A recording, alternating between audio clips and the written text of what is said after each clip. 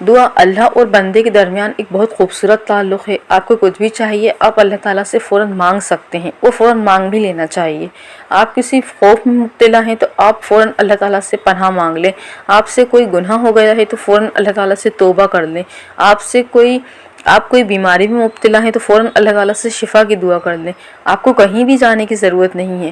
اللہ تعالیٰ سے آپ کا جو رشتہ ہے وہ ایسا ہونا چاہیے کہ آپ کو کوئی بھی چیز چاہیے آپ اللہ تعالیٰ سے فوراً مانگنا شروع کر دیں۔ اللہ تعالیٰ تو آپ کی شیرک سے بھی زیادہ قریب ہے، آپ کو اسے ڈھونڈنا نہیں پڑتا۔ اس کی مدد کے لیے آپ کو لمبی لمبی قطاروں کو نہیں لگانا پڑتا، لمبی لمبی قطاروں میں کھڑا نہیں ہونا پڑتا، کوئی آپ کو اپوائنٹمنٹ نہیں لینا پڑتا، آپ کو پہلے سے کوئی میٹنگ فکس نہیں کرنی ہوتی۔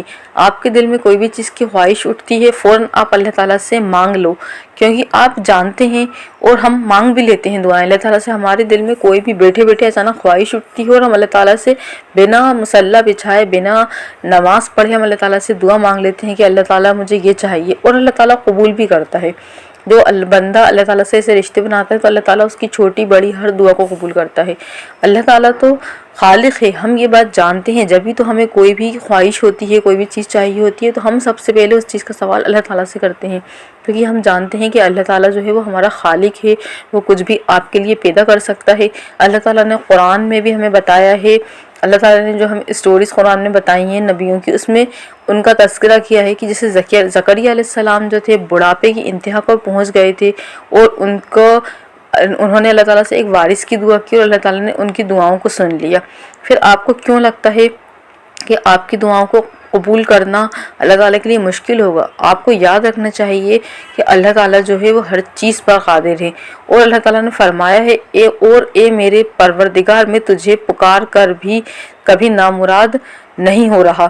یہ سورہ مریم کی آیت ہے۔ تو اللہ تعالیٰ نے فرما دیا ہے، قرآن میں بتایا ہے، جو ہم نے قصے سنے ہیں قرآن کے اندر واقعات سنے ہیں، اس میں اللہ تعالیٰ نے بتایا ہے کہ نبی جو ہوتے تھے وہ مایوس نہیں ہوتے تھے، وہ کوئی بھی چیز چاہیے ہوتی تھی اس کو اللہ تعالیٰ سے مانگ لیتے تھے۔ اور ہمیں یہ دھیان رکھنا چاہیے کہ ہم جو دعائیں مانگ رہے ہیں اس میں اگر کوئی دیر ہو رہی ہے، کوئی چیزیں نظر نہیں آ رہی، تو اس میں بھی اللہ تعالیٰ کی کوئی بڑی مصلحت چھپی ہوتی ہے۔ کبھی کبھی کیا ہوتا ہے آپ کو نظر نہیں آ رہا ہوتا کہ آپ کو کہاں جانا ہے، آپ کو کیا کرنا ہے۔ ایسا سمجھیں کہ رب آپ کی نگاہوں کو، راستے کو کیا کرتا ہے، بلاک کر کے رکھنا چاہتا ہے۔ آپ کی نگاہیں وہ نہیں دیکھ سکتے جو اللہ تعالیٰ آپ کے لیے دیکھ رہا ہوتا ہے، جو رب دیکھ رہا ہوتا ہے وہ ہم نہیں دیکھ سکتے۔ کیوں؟ کیونکہ پتہ ہے اللہ تعالیٰ سب کچھ جانتا ہے، کیونکہ اللہ تعالیٰ نے تو ہماری تقدیر کو لکھا ہے۔ اللہ تعالیٰ کیا کرتا ہے ہمارے لیے، ہمارے سامنے ساری چیزیں نہیں کھولتا، اللہ تعالیٰ ہمارے لیے دھیرے دھیرے کر کے راستے کھولتا ہے۔ اور اللہ تعالیٰ اچانک ہمارے اوپر رحمتوں کی برسات کب کرتا ہے؟ جب ہم اللہ تعالیٰ کے اوپر اپنے فیصلے چھوڑ دیتے ہیں، تو پھر اللہ تعالیٰ کیا کرتا ہے ہم جو صبر کر رہے ہوتے ہیں اس کا پھل ہمیں دھیرے دھیرے کر کے عطا کر دیتا ہے۔ اور ہمیں جلد بازی نہیں کرنا چاہیے، کیونکہ ہم لوگوں کی وہ باتیں بھی نہیں سن رہے ہوتے ہیں جو لوگ ہمارے خلاف کر رہے ہوتے ہیں، یا کون ہمارے لیے بہتر ہے کون نہیں ہے۔ ہمیں لگتا ہے کہ یہ چیز ہمارے لیے بہتر ہے، اللہ تعالیٰ بہترین جانتا ہے کہ یہ چیز ہمارے لیے بہترین نہیں ہے۔ کوئی جاب ہو، کوئی گھر ہو، ہم سوچتے ہیں کہ ہم بہت وقت سے ٹرائی کر رہے ہیں لیکن یہ چیزیں ہمیں نہیں مل رہی، تو اللہ تعالیٰ جب ہماری دعاؤں کو قبول کرتا ہے نا، تو پھر یہ چیز بھی دکھاتا ہے کہ ہم جو دعائیں مانگ رہے تھے وہ ہماری دعائیں قبول کیوں نہیں ہو رہی ہوتی ہیں۔ اللہ تعالیٰ وہ سب ہمارے سامنے واضح کر دیتا ہے کہ ہمارے پیٹھ پیچھے کیا ہو رہا تھا، لوگ ہمارے لیے کیا باتیں کر رہے تھے، یا کون سی چیز ہمیں نقصان پہنچانے والی تھی۔ ہمیں سب کچھ دعا کی قبولیت کے ساتھ یہ بھی ظاہر ہو جاتا ہے، پھر ہم اللہ تعالیٰ کا شکر ادا کرتے ہیں کہ ہاں اللہ تعالیٰ آپ نے ہماری اگر اس وقت دعا قبول کر لیتے تو ہم پریشانیوں میں مبتلا ہو جاتے۔ تو صبر کے ساتھ اللہ تعالیٰ سے دعائیں مانگنا ہے، اطمینان کے ساتھ مانگنا ہے، اللہ تعالیٰ پر توکل کرنا ہے۔ اللہ تعالیٰ توکل کرنے والوں کی ہی مدد کرتا ہے۔ السلام علیکم، welcome to my channel, it's me Zakia Alam. آج میں آپ لوگوں کے ساتھ 2 ایسی میریکل اسٹوریز شیئر کر رہی ہوں، آپ کو وہ بہت دھیان کے ساتھ سننا ہے۔ استغفار کی میریکل اسٹوری ہے، تہجد کی میریکل اسٹوری ہے، تو آپ اس کو دھیان کے ساتھ سنیں تاکہ آپ لوگوں بھی جو ہیں پریشانیوں میں مبتلا ہیں تو آپ کے لیے بھی سولیوشن مل جائے۔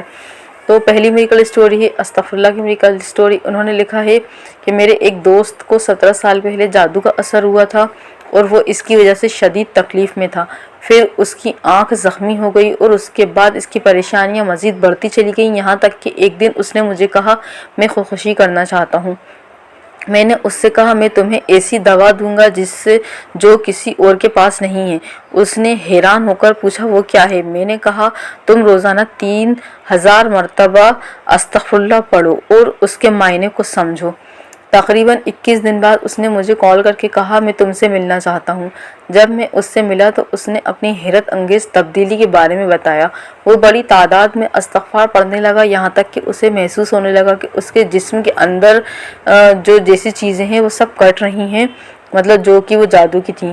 وہ شدید پسینے میں بھیگ جاتا اور بہت زیادہ گرمی محسوس کرتا۔ جب استغفراللہ پڑھتے تو وہ کیونکہ اس کے اوپر جادو کا اثر تھا تو وہ ایسی چیزوں کو محسوس کرتا تھا جیسے اس کے اندر کچھ جل رہا ہو۔ بعض اوقات اسے سانس لینے میں دشواری محسوس ہوتی، لیکن وقت گزرنے کے ساتھ تمام علامات ختم ہو گئیں اور مکمل طور پر وہ ٹھیک ہو گیا۔ اس نے مجھ سے کہا ایسا لگتا ہے جیسے میں کومے میں تھا اور میں کسی اور دنیا میں جی رہا تھا۔ آج وہ شادی شدہ ہے اور اللہ تعالیٰ نے اس کی نوکری عطا کی ہے اور جس کا اس نے کبھی تصور بھی نہیں کیا تھا۔ اور میں اللہ کی قسم کھا کر کہتا ہوں یہ ذکر بہت عظیم ہے۔ یہ جادو، نظر بد اور سب چیزوں کو جو ہوتا ہے وہ جلا کر راکھ کر دیتا ہے۔ یہ دیکھیں کتنی اچھی میڈیکل اسٹوری تھی ان کی استغفراللہ کی۔ آج ہم کیا کرتے ہیں کہ ہمیں اگر ایسا محسوس ہوتا ہے کہ ہمیں نظر لگی ہے، جادو کا کوئی اثرات ہے، تو ہم کیا کرتے ہیں، مطلب میں کسی کے بارے میں ایسا نہیں بول رہی کہ غلط ہیں یہ چیزیں، لیکن کیا ہوتا ہے ہم باباؤں کے پاس جانے لگتے ہیں، ان سے جھاڑ پھونک کروانے لگتے ہیں اور ایسی بہت ساری تعویذ وغیرہ یہ جو ہوتی ہیں یہ چیزیں کرنے لگتے ہیں۔ تو ہمیں یہ نہ کر کے، ان میں ٹائم ویسٹ نہ کر کے ڈائریکٹ اللہ تعالیٰ سے آپ کو کنیکشن بنا کر اللہ تعالیٰ سے دعائیں مانگنی ہے۔ اللہ تعالیٰ ہر چیز کرنے پر قادر ہے۔ اور استغفراللہ تو دیکھیں ہمارے گناہوں کو دھوتا ہے، گناہ کا مطلب گندگی کو دھوتا ہے۔ استغفراللہ تو ہمارے گناہوں کو دھوتا ہے، گناہ گندے ہوتے ہیں تو گندی چیز مطلب جادو جو ہوتا ہے وہ بھی گندگی سے ہی ہوتا ہے، گندی چیزیں ہوتی ہیں وہ بھی۔ تو کیا ہوتا ہے استغفراللہ جب ہمارے گناہوں کو دھو سکتا ہے تو کیا ہماری جو گناہ ہوتے ہیں وہ بھی گندے ہوتے ہیں؟ تو یہ جادو گندا ہوتا ہے تو کیا گندگی کو ختم نہیں کر سکتا؟ اور اللہ تعالیٰ نے جب سب کچھ قرآن نے بتا دیا ہے واضح طور پر، تو ہمیں کیا کرنا چاہیے؟ اللہ تعالیٰ کے قرآن اور نماز سے ہی مدد لینی چاہیے۔ اور استغفراللہ کے بارے میں بھی قرآن میں ہی ذکر آیا ہے، تو استغفراللہ کے بارے میں جب خود اللہ تعالیٰ نے بتایا ہے تو ہمارے کیسے مسئلے سالو نہیں ہوں گے؟ تو آپ لوگ بھی اگر کسی بیماری یا پریشانی سے گزر رہے ہیں تو استغفراللہ کے ذکر کو اپنی لائف میں شامل کر لیں، انشاءاللہ ہر پریشانی سے نکلنے کا راستہ مل جائے گا اور سب کچھ اچھا ہو جائے گا۔ سیکنڈ میڈیکل اسٹوری جو ہے وہ تہجد اور استغفراللہ کی میڈیکل اسٹوری ہے، جس میں انہوں نے لکھا ہے کہ اللہ نے مجھے ایک خوبصورت آرام دہ زندگی عطا کی۔ الحمدللہ جو کچھ بھی میں نے چاہا وہ مجھے ملا۔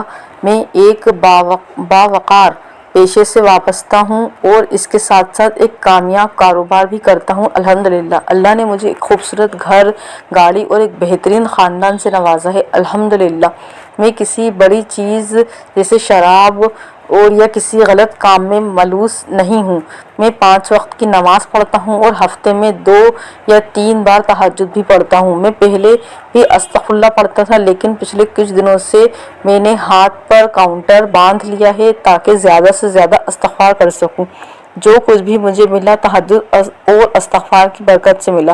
الحمدللہ آج بھی مزید نعمتیں حاصل کر رہا ہوں۔ میں نے تہجد میں اللہ تعالیٰ سے دعا کی کہ مجھے اپنے گھر مکہ مدینہ بلائیں۔ میں حیران رہ گیا، صرف 1 ہفتے بعد حالات خود بخود ایسے بن گئے کہ میں عمرے کے لیے روانہ ہو گیا، بغیر کسی پلاننگ کے۔ سب کچھ غیر متوقع طور پر ہوا۔ 3 مہینوں سے میں استغفار کر رہا ہوں اور اس کے اثرات میری زندگی میں ایک کے بعد ایک معجزے کی طرح ظاہر ہو رہے ہیں۔ الحمدللہ دیکھیں جو بھی کوئی گناہ میں ملوث نہیں ہوتا یا کوئی گناہ میں شامل نہیں ہوتا اور 5 وقت کا نمازی ہوتا ہے اور پھر اس کے ساتھ تہجد اور استغفراللہ بھی پڑھ رہا ہے، تو اللہ تعالیٰ کے ایسے نیک جو بندے ہوتے ہیں اللہ تعالیٰ ان کے لیے ہر چیز میں آسانیاں کر دیتے ہیں۔ وہ سوچتے ہیں اور ان کے کام ہو جاتے ہیں۔ تو اللہ تعالیٰ کے لیے نہیں، اللہ تعالیٰ کے لیے ہم سوچتے ہیں کہ ہم اب صرف اپنے لیے استغفار کر رہے ہوتے ہیں کہ ہماری دعا قبول ہو جائے، لیکن ہمیں کیا کرنا چاہیے؟ اللہ تعالیٰ کے لیے عبادت کرنی چاہیے، اللہ تعالیٰ کے لیے خالص عبادت کرنی چاہیے۔ اپنی ساری خواہشوں کو سائیڈ میں رکھ کر اللہ تعالیٰ سے اپنے خود کے گناہوں کے لیے معافی مانگ کے استغفار پڑھنا چاہیے۔ ہم سوچتے ہیں کہ ہم کسی پرٹیکولر دعا کے لیے استغفراللہ پڑھیں گے تو ہمارے کام ہو جائیں گے اور ہم اپنے گناہوں کی معافی نہیں مانگتے، تو ہمیں یہ نہیں کرنا۔ ہمیں سب سے پہلے اللہ تعالیٰ کی رضا رضا کے لیے نمازیں پڑھنی ہیں، اللہ تعالیٰ کی رضا کے لیے سب کچھ کرنا ہے، پھر بعد میں اپنے لیے دعائیں مانگنی ہیں، تو آپ لوگوں کے لیے بھی میریکلز ہونا شروع ہو جائیں گے انشاءاللہ۔